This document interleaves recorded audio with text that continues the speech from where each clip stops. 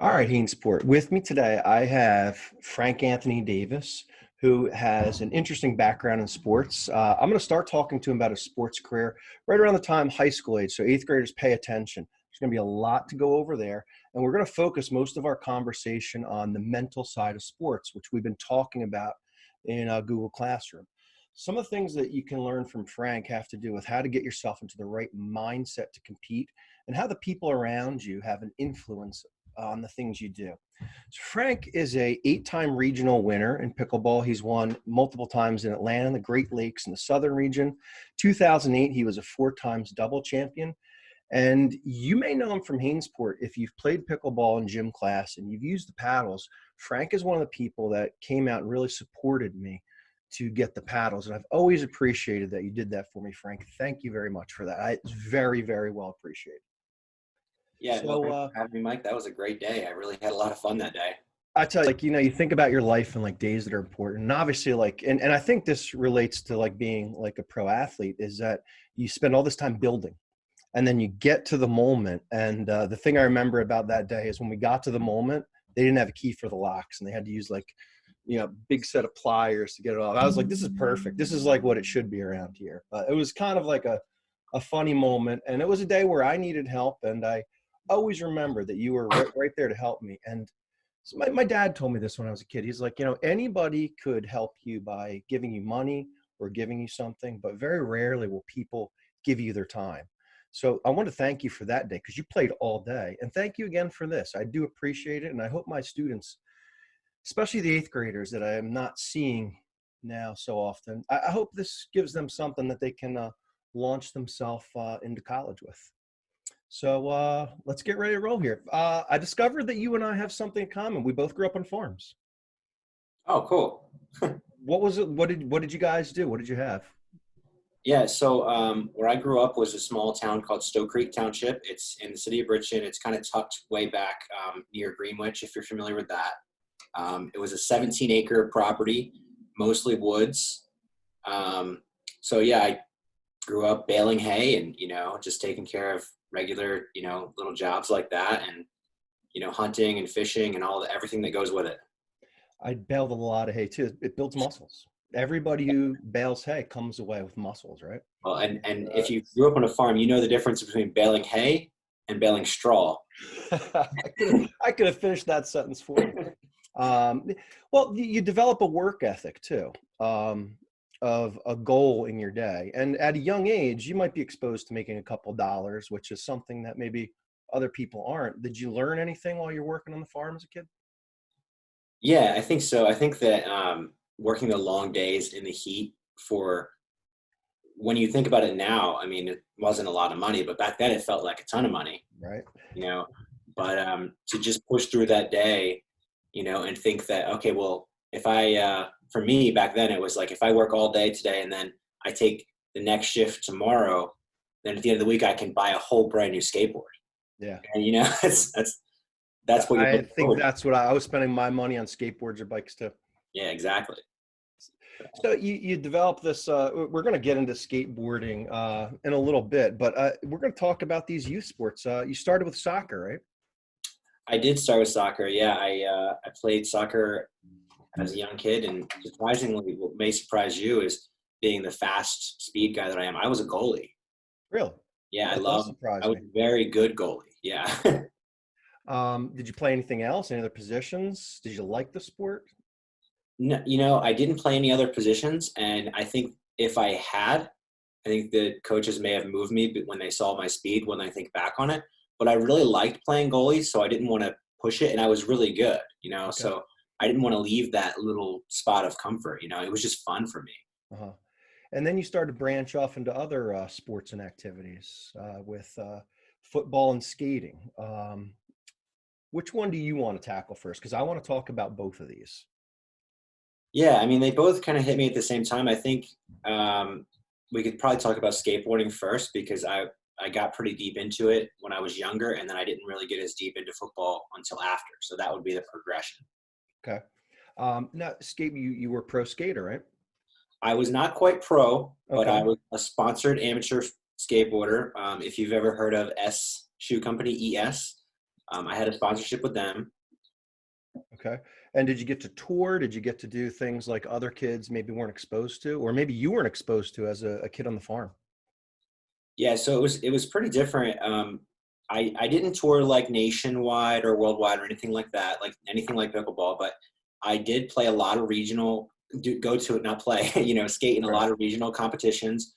So I'd go up to New York, Reading, and skate in a lot of competitions. What was the culture of skateboarding like? Like you were a teen. Were the other skaters, were they teens? Were they older? Did they help you? I'm trying to think back. I think that the competitions did have separations, but if you're going to a park, you typically would go up to practice. And it was the thing that I liked about it is the community of skateboarding back then was very integral. So like there was guys who were actual, pros who were in the videos, and you would just be in a session skating with them and you could just talk to them and they were just, everybody was pretty cool. Hmm.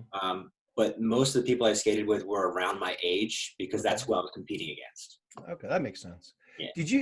Now something that I've talked with my students about that has to do with sports, and I think of it when I skated this idea that you could be creative, you could express yourself creatively. Did you have anything like any experience with that? Did you make up your own tricks? Did you just find a flow in it? Like, what was it like for you to be a skater? So honestly, when I think in the moment, it wasn't, that was something that I wasn't really appreciating as much as when I look back on it now, because when I look back on it now, I think about the times when, I would skate in Philadelphia a lot. And if we were staying out late or whatever, you could get to where there was no traffic and you could literally just cruise as fast as possible down like the smooth asphalt. In New York as well, skating like the historic skate spots of like Brooklyn Banks and everything. Like there's really no better feeling than being just cruising or being in that moment. And when you're in that moment, you're trying to master the tricks and you're trying to get really good at the tricks, like the big tricks that you can get on film and maybe get sponsored because it was cool. But when I think back a bit about it, I think back really about just cruising either through Times Square with my friends or cruising down Chestnut Street in Philly late in the night. That's kind of this part that I really liked. It seems simple, but it's anything but simple when you're just going and you don't really have to worry about anything. Just in that moment and just enjoying the activity, and that can be any activity that anybody does. For you, was skating, but you played football. And when I was looking at your age and I saw, like, I might have refed you, I might not even know I did, but I might have refed some Bridgeton games in the time that you might have played. You played a position that not everybody can play, free safety. And I look at your skill set as an athlete and I think it must have matched you really, really well. And then I heard you mention this in the interview with Golden Boy, how you felt like you could be creative in the position, playing free safety. Like, could you describe that? Yeah, I think I'm the type of personality that really thrives on um, creativity and kind of following my instincts. And I think that was an important thing for me to realize with football and skateboarding too, because there are no rules to some positions. Like I always felt like as a kid, the rules were very strict, and you had to do the right thing. And, you feel like you're limited with creativity. But with skateboarding and with especially that free safety position, you have a general concept of a zone you're supposed to cover or a player that you're looking out for, but in general you're going off of your instincts. You're reading the play and seeing what happens and then creating what you do in that moment. And for me, I felt like my instincts were really good and I really liked to be able to kind of improv that whole situation of like maybe I make a mistake, but a lot of times when you get it right and you predict what they're going to do, there's really no better feeling than that. Yeah, just the overall anticipation, which I do want to talk about later, but the anticipation of what to do in the moment is something that I've uncovered with research has a lot to do with grounding yourself, being present in the moment, and wanting to pursue something with passion. Like those things all rotate around each other. And I hear that when you talk about football. I heard of skating, and I know I'm going to hear in a little bit about pickleball, but something I think that would really, that I just think is a great story because I've met this guy with you, I've seen you play him, is the guy who introduced you to pickleball, Bobby. Kolumbieski, am I saying it right? Am I No, close? no, it's Bobby Kobalinski. Kobalinski, all right. Shout out to Rowan, also a Rowan phys ed guy myself. Yay, props. So he, like me, I played, the first time I played pickleball was like 1993 as a phys ed class. I had no idea what I was doing. It was a great game. I loved it instantly. And I didn't think about it again for many, many years. But I also had a friend that played with me. It was actually a student who was like, he was a tennis player. He wanted to play something with rackets, and I found it. And actually, me and this student, his name's Matt Levine, we played versus you in a tournament one time. And it was very humbling because we were the best players we knew.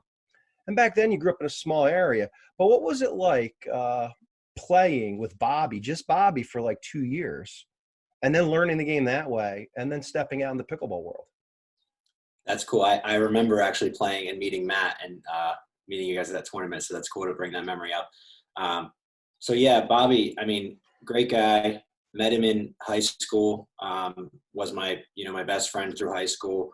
We played table tennis in high school, so it was kind of a natural transition for us. We were the best two table tennis players in high school, and then really it was kind of random. Like one day he just texted me and said, "Hey, I just learned about this game, pickleball.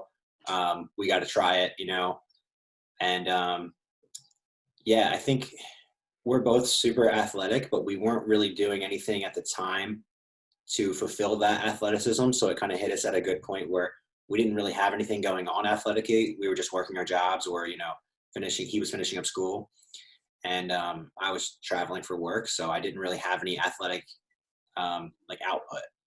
So it kind of hit me at a really good time. So yeah, playing with him, we didn't know what we were doing. We didn't even put the correct dimensions down for, I want to say, 6 months with tape and everything. So the great thing about it was that we still cared so much about winning. We kept pushing each other to get better and better. And I still think back to those days of, putting down tape lines and just pushing each other. Like some days he'd figure something out and he'd be beating me every single game. And then I'd come back and I'd be beating him every single game.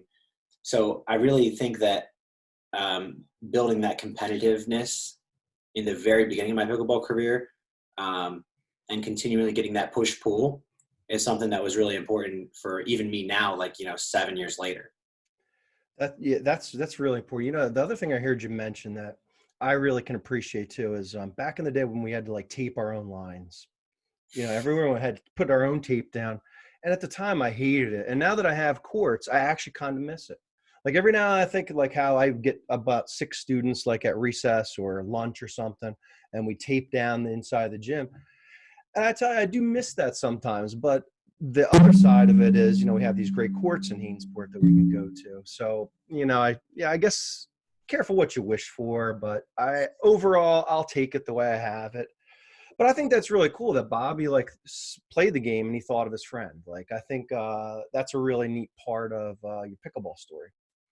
So somewhere along the lines, you guys start doing tournaments and you realize you have some ability.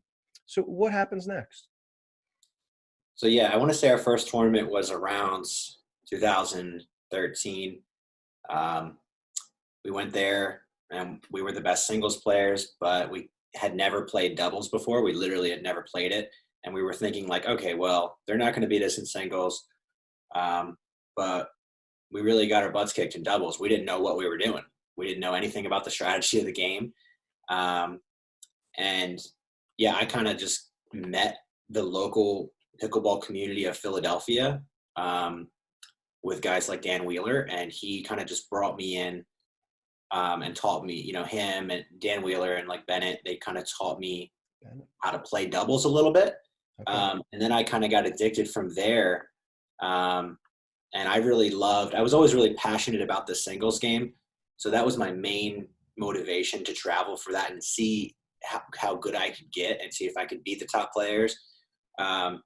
and obviously getting better at doubles over time, and finding, enjoyment in that as well.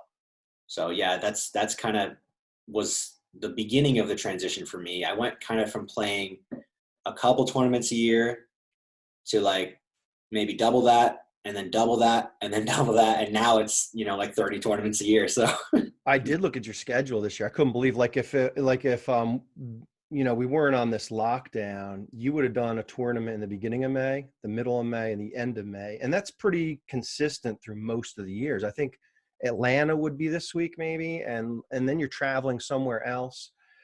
And that's got to wear you out. But you've been playing professionally for a couple of years now. And I kind of, in the context of the mental stuff we're going to talk about, I kind of look at it as before you decided to make a mindset change in your game, and the after. And maybe like there's a period where you're making the change too. But before it, like, what did you notice? Like, what were you getting the clues to that you had to do something to improve the mental part of your game or your preparation? So yeah, it's a pretty dynamic situation. So there's a few things that go into it, but I'll speak just from my perspective. Um, when you're in a position where you want to pursue something and you feel that like you want to see how good you are, Mm-hmm. you can't just,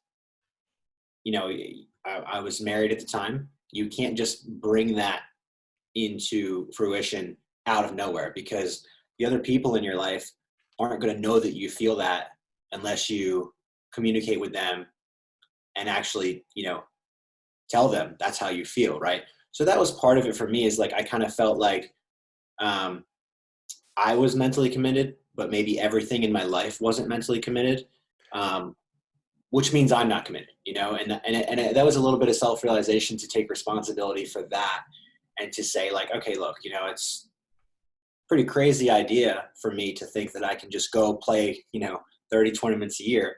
It's not a normal thing to do. And that's okay. That's a good thing to not be normal, but you can't just think that you can just turn that switch on and do it, right away when you don't plan it out.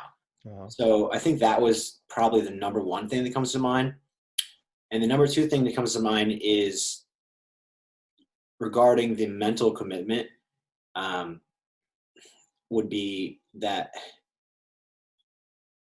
you think that you're good enough to just go learn it and then just play better, just play better. And you're not doing anything but thinking, just play better. But you have to really kind of back away a little bit and look at what you can do strategically. And that involves a lot of things like studying the game. It involves studying patterns. It involves keeping yourself mentally calm, not getting overwhelmed on the court. That was a big one for me.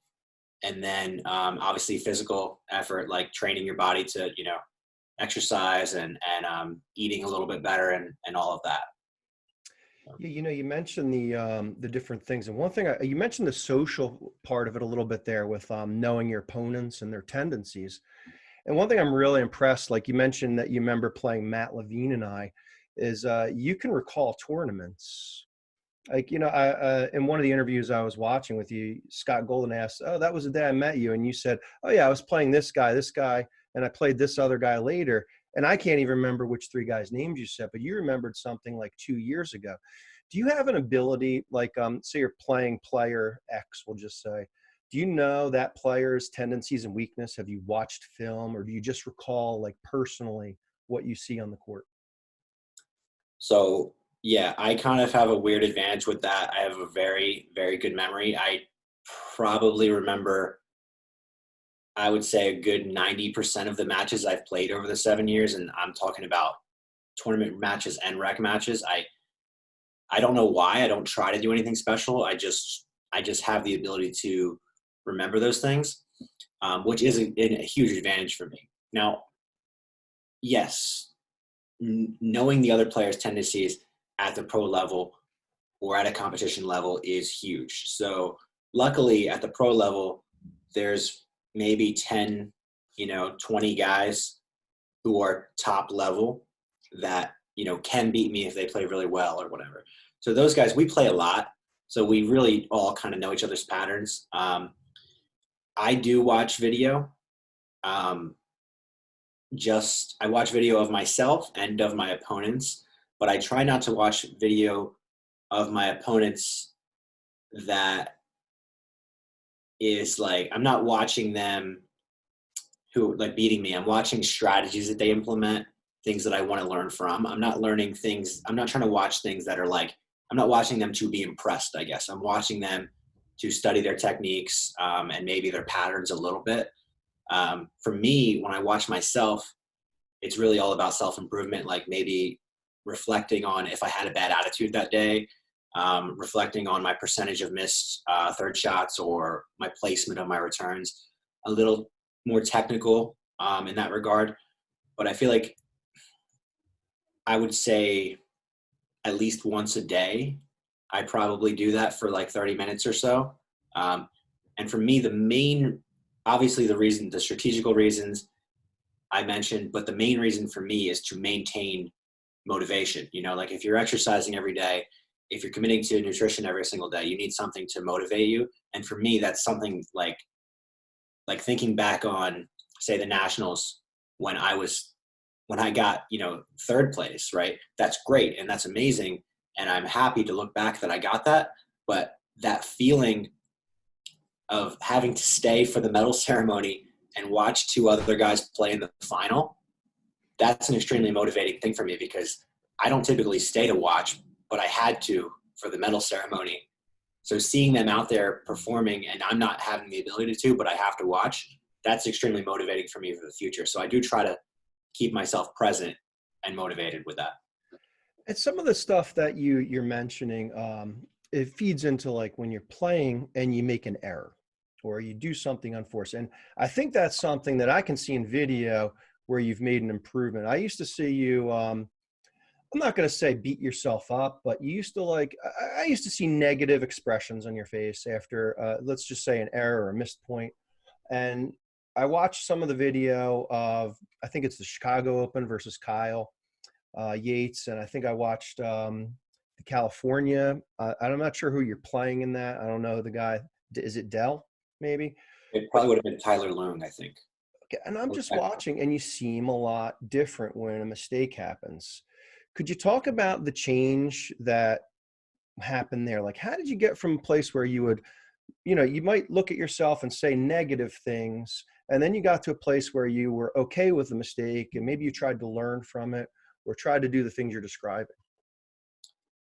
Yeah. So I think that this is probably the main turning point in my career. And I don't want to say that has turned already because I don't consider myself done with it. And I don't think it's something that you ever get, done with per se. It's something that you're constantly working on. And, when you say beating myself up, you're not wrong. I was beating myself up. Basically telling myself like, oh, you suck. You're not going to. Were you a bit of a perfectionist? Oh, absolutely. I absolutely expected to win every single point. If somebody that I should beat, which there's nobody you should beat. There's people that you need to go and beat, but there's nobody that is an easy win, and having that mentality is something that only is negative for you. And I think that was the key for me is realizing that, if I actually wanted to be better overall, I needed to figure out a way to center myself and realize that, look, you know what?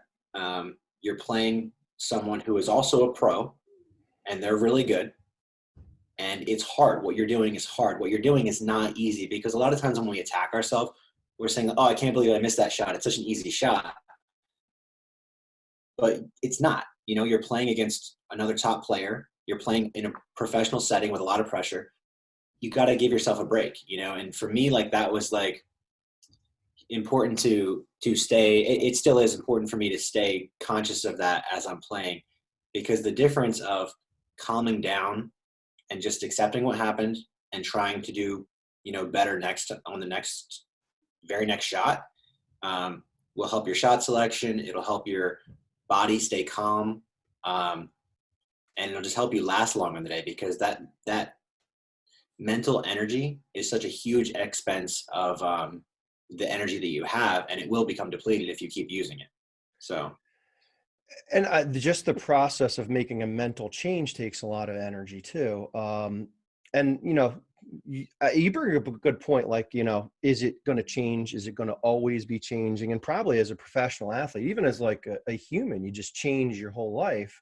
And you mentioned you had to talk to people around you. And I'm, I remember you saying in the Golden Boy interview, you talked to Josie about it. And let me tell you, you got a winner there. I mean, I can't express to you how great I think it is that she comes to like a lot of places with you. Josie, for those of you who don't know, is Frank's wife. And the thing I see and what I heard you say before is she supports your passion. Could you talk about that? Like how important it is to have like your significant other support your passion, something you want to pursue. Yeah, and I did kind of touch on that a little bit earlier. So it's something that like, yeah, she's an amazing person, and I'm very lucky to be in a relationship where I'm with someone who wants to evolve together and not just stay in a comfort spot. And I mean, this weekend was our ninth anniversary. So Congratulations. yeah, thank you. So we've been working on it for a couple of years now, and when I first started pickleball, uh, like I said, it was hard for her because she didn't know what pickleball was. She thought me and Bobby made it up. I've been accused of inventing pickleball before. Yeah. And at first I was kind of like mad and resentful of like her not taking seriously the sport that I was like falling in love with at the time. But you have to kind of take a step back and realize that just because you have a passion for something doesn't mean that the people around you have a passion for it. Um, and communicating how you feel and why it's important to you is their motivation for making it important to you, to them. So I'm motivated to play and compete at pickleball because I love pickleball. She's motivated for me to play and compete in pickleball because she loves me. And those are two different things that are really important to highlight, right? And when you start to recognize that, you start to think like, wow, that's a really privileged position to be in, and you have to show appreciation for it. But yeah, I mean, her commitment to traveling with me and helping me with nutrition, and just support, my just overall support of her saying like I'm happy you're going for this. I want you to go for this. I don't think there's anything more important for me personally in my career because I'm not a person who has a lot of like easy self-confidence, in the way other people feel. So for her to verbalize her support and to, show it, really makes me comfortable with putting everything, like going for it with everything that I have, because as humans, we only have a certain amount of bandwidth or resources, for our life. And I'm giving up a large part of that for this sport, right? So you start to feel guilty when you're doing that because you're obviously, if you're using it for the sport, you're taking away from the relationship or the marriage or stuff at home. So to know that that's what she wants you to do, that's what your significant other wants you to do because they believe in your passion and they believe in you, is really important to be able to fully express yourself and give a full effort. And you brought me right into what I want to talk about. Like knowing that you had that support, how did that change the way you felt practicing, playing? Did you feel that support that allowed you to express yourself freely? Yeah, absolutely. I think that one thing is when you're traveling, right? A lot of these tournaments, I was afraid, because we weren't communicating well or whatever in the beginning. And I was afraid to, even book a tournament, like commit to going to it.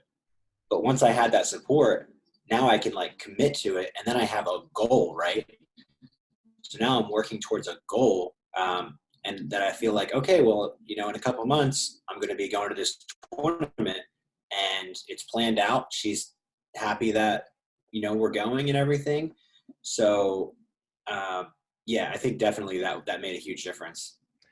So like even we talk about that, how your personal life, like in your relationships, the social part of it helped you.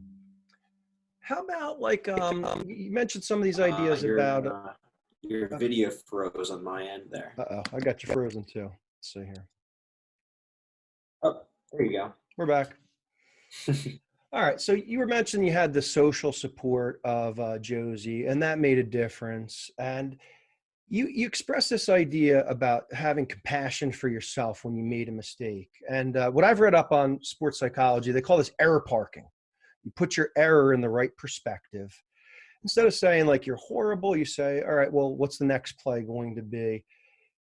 And I think like you've talked a little bit about that before, but I'd really like to ask you, like in that process of it, how did you feel? How did you measure yourself getting better? Yeah, so that's a tough question because I feel like that's something that I've only recently gotten better at within the past year. So I'm still working on it every day that I play, every day that I compete. But I would say that when you're on a court and you make a mistake, especially in a crucial moment, and you remember to implement that technique of self compassion and talking to yourself positively in the moment, you don't even need to measure it because you feel if you do it correctly and actually embrace it, like you actually just instantly feel better and you feel like more, your mind feels more clear. Mhm. Uh, which for me, if my mind's not clear, my shot selection is horrible. If my mind is clear, my shot selection is great. And in pickleball, shot selection is everything. So Do you find that having your mind in the right position helps you anticipate things better and it speeds up the pace you play? yeah, I think everything, all of the above. Like there's everything that you like, because if you have a game plan and your mind is cluttered, you're not going to be able to implement that game plan, and that means um, the way that you play, whether that's speed, whether that's power, whether that's ball placement or core positioning, all of it is just easier to implement when your mind is clear. And I think it's especially prevalent on ball placement and shot selection, or like the skilled shots, because they're so hard, they're so taxing to your brain already because the movements are so complicated, um, that when you actually have a clear mind, then you're just seeing the ball better is the way I would say it. Do you feel like distractions just disappear when you're in that mental state? I don't think that they disappear. And I think that's an important point to bring up because we're not, in general, like a lot of people say, teach you like, just ignore it, just ignore it and do better. But I don't think that that's what this is about, right? Like, I think that you're accepting that they're there. Like, yeah, okay, those distractions, here they are. Let's put them over here, and they're there. Don't worry, they're not going to upset you, but that doesn't make them mean they're not there, right? Um, but if you get mad at them, that they're not going away anyway. So I think it's more about realizing, being in the moment, and saying like, "Hey, look, my opponent's really good, but that doesn't mean that I suck. I'm good too, um, and I'm distracted. But let's take that distraction, recognize it, and say, okay, it's out in the open now. So am I still going to let it bother me?" And I guess that's kind of the difference I would say. I've seen this documentary with Michael Jordan, and I've been paying attention a little bit to the mental side of things. I think I was sharing with you that I've been looking up Bruce Lee a lot because he's the first person I really heard talk about this mindset of the flow, where you get yourself into the best mindset for whatever activity you're doing. Do you feel like you're closer to that? Do you feel like you're midway? Do you feel like you're all the way there? Do you think you're going to progress towards some type of mindset that you can enter and exit as you wish? Or do you feel like it's something that it's just randomly there and it's gone, there and it's gone? I think it's literally like building a muscle. I think you have to do it with consistency over time. I think it's something that you have to practice and always be conscious of. And right now, I mean, I think that when beginning of this year, when we had, tournaments before everything happened, my last tournament was right before everything shut down in March in California. And I really felt like that was the first tournament that I ever felt in control of my mindset. So I would say I might be like a quarter of the way there, starting to get it. But without that, it's not the same. You know, I try to implement it in rec play and practice, but it's not the same as competition. It's much harder in competition when real stakes are on the line, like a title's on the line or money's on the line. It makes a big difference. So yeah, I would say that in general, it's something that you have to constantly work on. It's not easy, but you know, nothing that we really want is easy, and that's good. That's, you know, and I think that something I can really give my students, because most of them won't play professional sports. Hopefully the ones who want to will, you know, pursue sports. Hopefully they'll have a life of participation in something. But do you feel as though like that mindset you're talking about can transfer out into everyday life, jobs or studying or learning? Yeah, I think the one thing that makes me think like relationships, whether that's with your friends, family, or a future significant other, that's the number one thing where I think it can help. Not just help, but you know, it can give you the presence of mind to make better decisions. And that's really what we're talking about here is presence of mind and decision making, because you really do have control of yourself and what you do, but not if you don't choose to, right? So if you don't actually take a step back and choose to be clear-minded and work on, you know, being clear-minded, you might just say whatever is off the top of your head, and that's or do whatever is on the top of your head, and that's not always the best thing. That's not always what we feel. It's just we're just frustrated in the moment, and we just kind of, you know, put it out there. You know, you mentioned that with the relationships and the people closest to you, did they hold you accountable?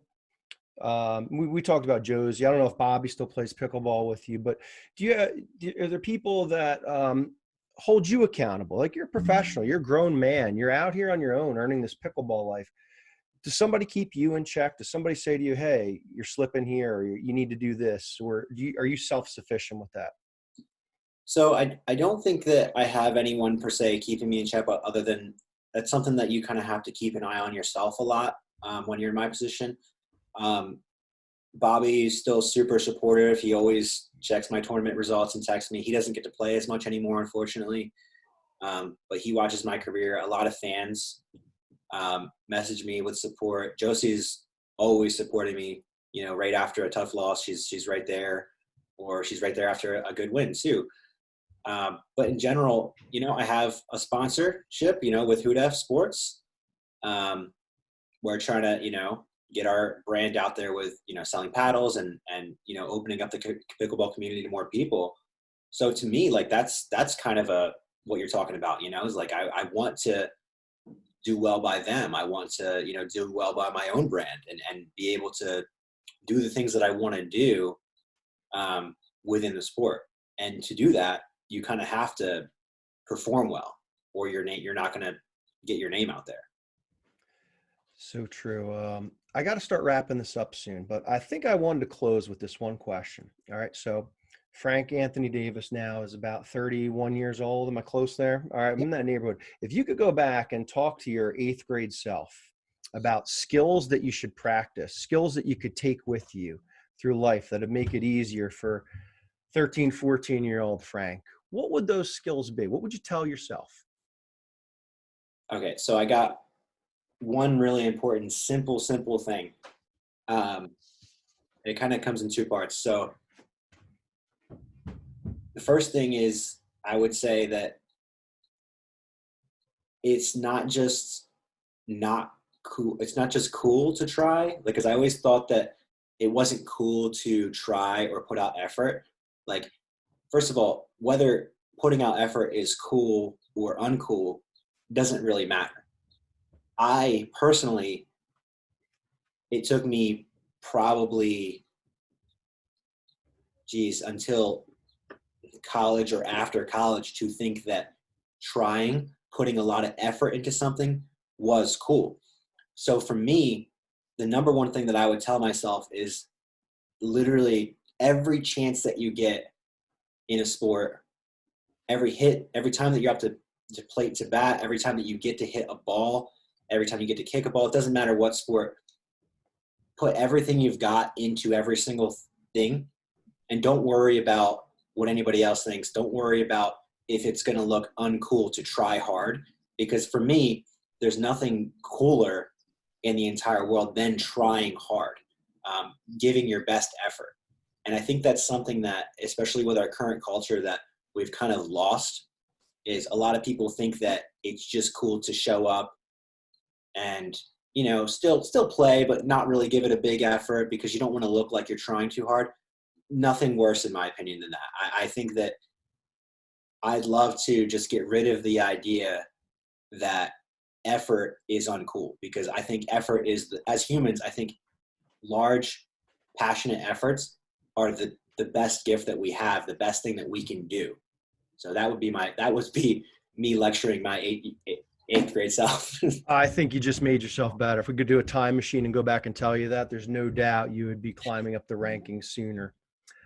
Frank, thanks a lot for doing this. I appreciate it. And hopefully my students and I will have a greater dialogue based on this conversation.